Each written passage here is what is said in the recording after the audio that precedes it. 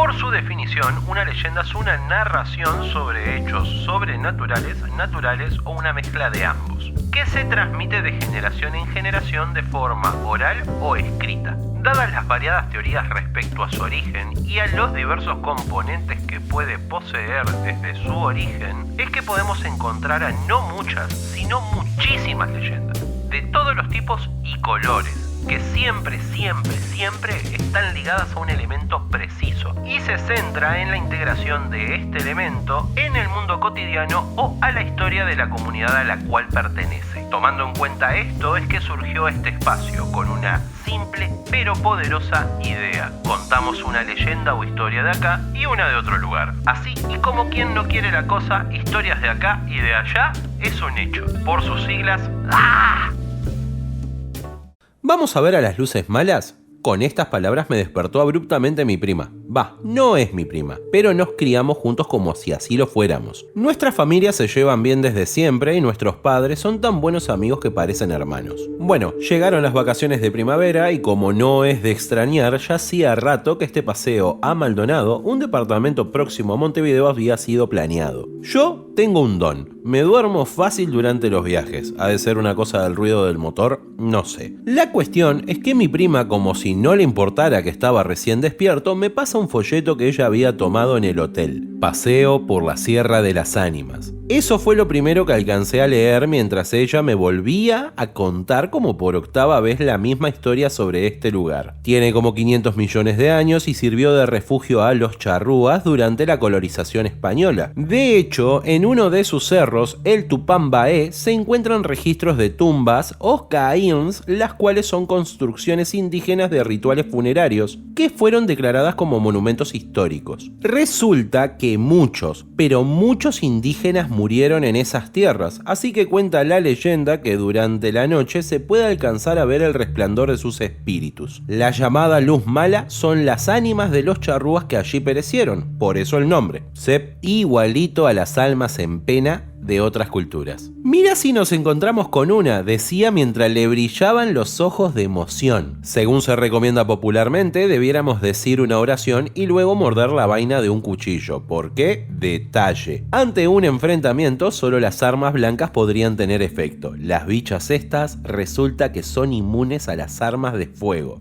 Lleve. A esta altura, entre harto y con ganas de discutir, le repliqué con lo que pude encontrar en Google. Parece ser que el mito tiene sus raíces en los fuegos fatuos, un suceso real. Básicamente son una fosforescencia producida por la descomposición de materias orgánicas sobre la Tierra o a escasa profundidad. También hay un fenómeno físico conocido como rayo globular, bastante poco explorado, que se describe como objetos esféricos luminiscentes que varían en tamaño y se suelen dar durante tormentas eléctricas. Incluso algunos comentan que la luz mala no es más que el reflejo de la luz de la luna en los huesos limpios de las vacas muertas en el campo. Que sí, que no, que sí. Así estuvimos por lo que restaba del viaje hasta llegar a la estancia donde nos íbamos a quedar esa noche. Estancia Luz de Esperanza, más que atinado el nombre. Un lugar precioso en verdad. Es un pequeño establecimiento turístico en la falda del Cerro de las Ánimas que claramente curra con la leyenda de la luz mala. Alojamiento y un montón de actividades, que paseo en caballo, que trekking por las sierras y entre tantos, una excursión nocturna llamada Cazando la Luz Mala.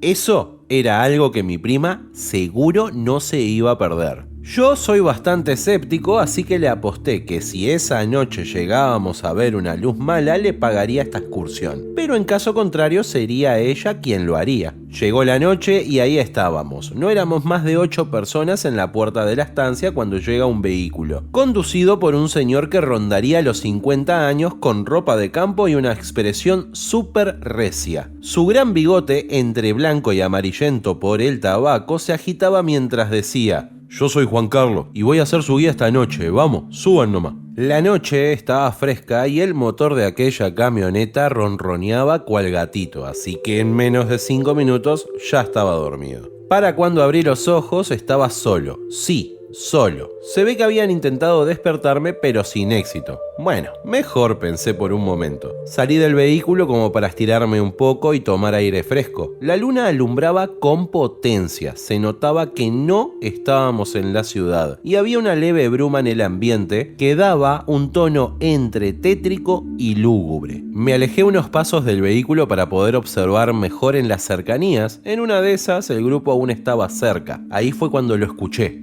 Turum, turum, turum. El repicar de unos tambores a la distancia. Seguro era eso, pues el ritmo lo delataba. Me la juego a que es parte de la atracción, pensaba para mis adentros. Avancé hacia donde el sonido era más nítido. Turum, turum, turum. A la distancia se podía ver el resplandecer de luces reflejadas en la propia bruma, que en su movimiento parecían acompañar el repique. Turum, turum, turum. Cada vez era más fuerte el sonido y las luces ahora estaban teñidas de un resplandor verdoso. No sé bien por qué, pero la piel se me erizó y en mi espalda sentí un escalofrío idéntico a una gota de agua fría recorriendo mi columna.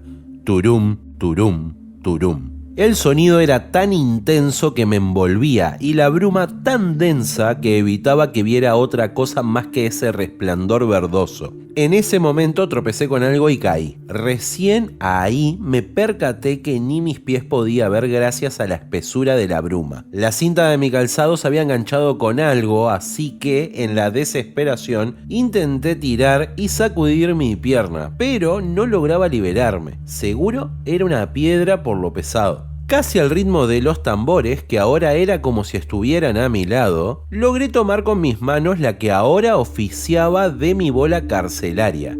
Turum, turum, turum.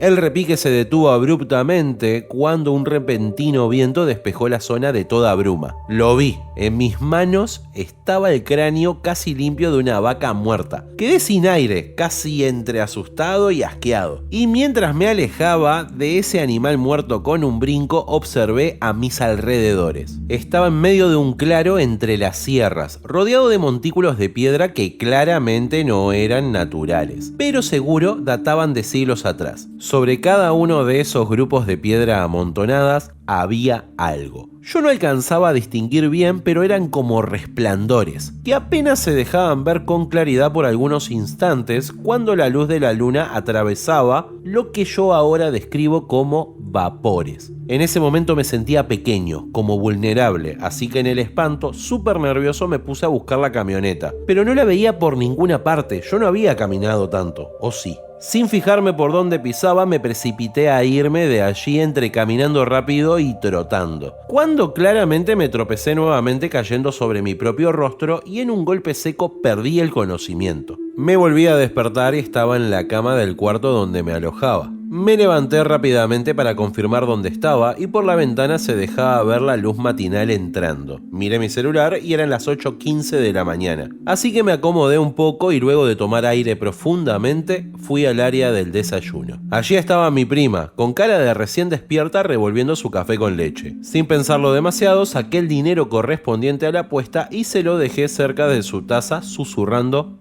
gracias.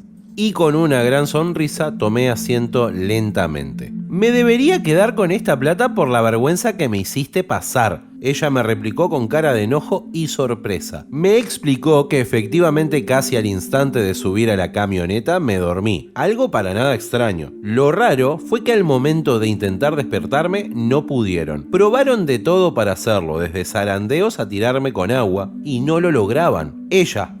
Todos se preocuparon. Preguntaron incluso si yo sufría de alguna enfermedad rara. Fue tal el susto, incluso del guía, que decidieron cancelar la excursión y llevarme a la estancia, donde un médico me podría ver. Eso hicieron, y cuando el especialista me observó, solo atinó a decir: «Está dormido, muy dormido», por lo que recomendó que me llevaran a mi habitación. Mi prima me comentó que cada tanto yo murmuraba algo y que era lo que más le molestaba. Turum, turum, turum. Ciertamente nunca antes me había pasado algo así y no lo creí para nada. Incluso me dolía la frente por el golpe que yo juro me di contra el suelo. La excursión se haría de todas formas esa misma noche. Claramente decidí no ir, pero de igual manera pagué la apuesta. Espero que mi prima encuentre lo que tanto busca. Yo prefiero quedarme con la duda. Cuando estoy dictando clases, para poner un ejemplo, pregunto sobre el animal más feroz que ha pisado la tierra, queriéndome referir al tiranosaurio Rex. Pero la respuesta de alguno de mis alumnos no deja de sorprenderme. El hombre, responden varios. Eso hace que asienta y, después de analizarlo bien, saque al hombre de la lista para que puedan llegar a la respuesta que estoy buscando. Pero muchas veces me he quedado pensando, ¿es el hombre el karma de la tierra? Es decir, hemos exterminado muchas especies, deforestado bosques, hemos, como especie humana, invadido zonas a las que no pertenecemos. Y eso es, lamentable. Aquí en el Perú se dice que en algunas zonas aún se mantiene la pureza, sobre todo en las zonas de la selva, aún hay zonas vírgenes donde el hombre no ha ingresado. Hace un año atrás, aproximadamente en noviembre, mi esposa y yo decidimos hacer un viaje a la selva para desestresarnos por nuestros trabajos. Queríamos un poco darnos unas vacaciones que no nos dábamos en mucho tiempo. Así que un poco cansados de nuestra rutina empezamos a buscar destinos turísticos. La convencí para viajar a la selva, como mencioné antes, viajar a Tarapoto, que es un lugar bellísimo. Es una ciudad realmente increíble que, si estás por el Perú, te invito a que visites. Ella originalmente no quería ir a la selva porque decía que hacía mucho calor, que había muchos bichos, que realmente hay bichos. Yo por mi parte quería probar una de las cámaras que recién habíamos adquirido, así que estaba dispuesto a ir a todos los tours que estén disponibles. Pero hubo un tour,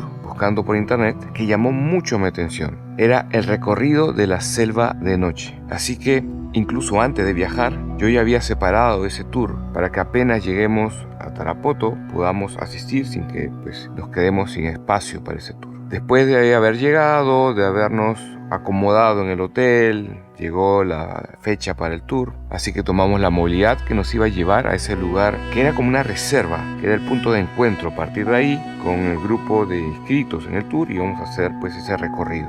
El que manejaba el vehículo nos empezó a hablar de los misterios de la selva, buscando conversación con nosotros, y por muchos momentos sentía que nos estaba haciendo como una advertencia, pero también sentía que no quería asustarnos. No entendíamos muy bien qué es lo que quería decirnos. Cuando se despidió, dejándonos en este lugar, nos dijo: respeten la selva. Fueron sus últimas palabras antes de retirarse.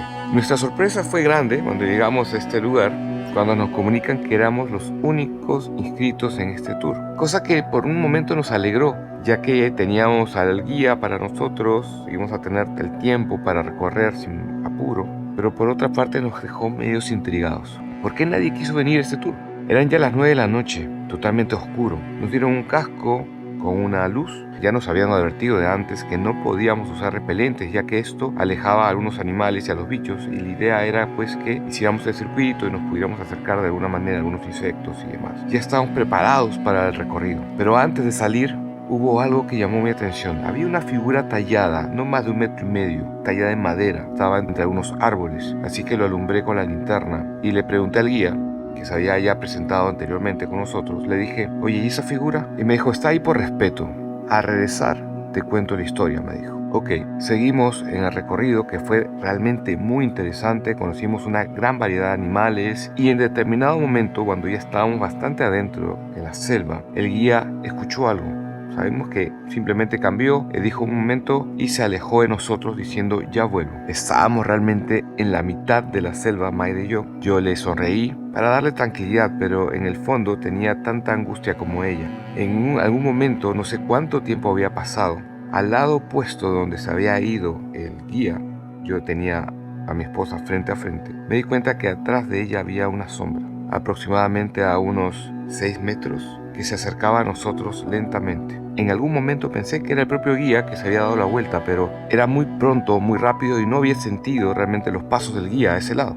Simplemente por un momento me llamó la atención. Luego vi que esa sombra no era muy alta, así que pensé que de repente era una persona que estaba como agachada en cuclillas. Primero era mi asombro, y luego poco a poco ese asombro se volvió en preocupación. Mayra, que estaba a espaldas de la silueta y veía mi rostro, se iba como que preocupando por la cara que yo iba poniendo. Yo veía unos ojos que se veían entre los matorrales y eran cada vez más brillantes, y conforme se acercaba dejaban de ser cada vez más humanos. En algún momento yo realmente estaba preocupado, estaba congelado, aterrado, como quieran llamarlo.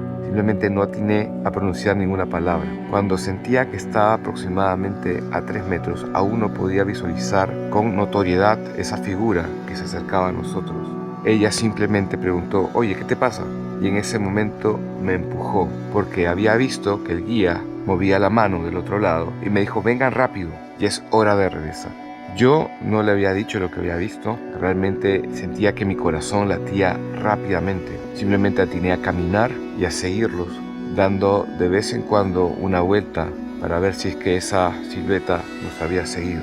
De regreso al parque, donde habíamos empezado el recorrido, él se acordó de lo que yo le había preguntado al inicio. Quería saber de quién era esa figura, me dijo. Pues te comento, es el Chuyayaki, un protector de la selva, mitad demonio, mitad duende, que a veces atrae y a veces espanta. No mide más de 1,5 metros, es una figura humanoide que tiene una pata humana y una pata como de cabra o demonio, pero el objetivo de este ser es el mismo: sacar al hombre de su selva, perderlo, extraviarlo, eliminarlo, como el ser humano ha hecho con su entorno.